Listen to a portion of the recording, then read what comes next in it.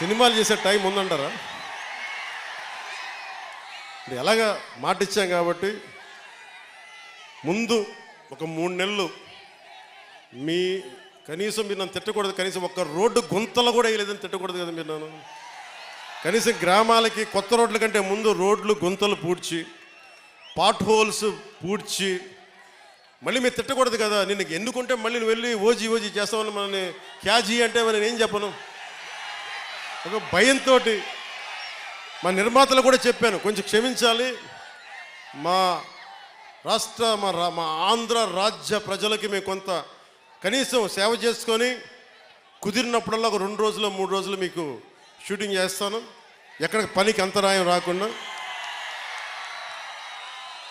OG చూద్దరు కానీ బాగుంటుంది.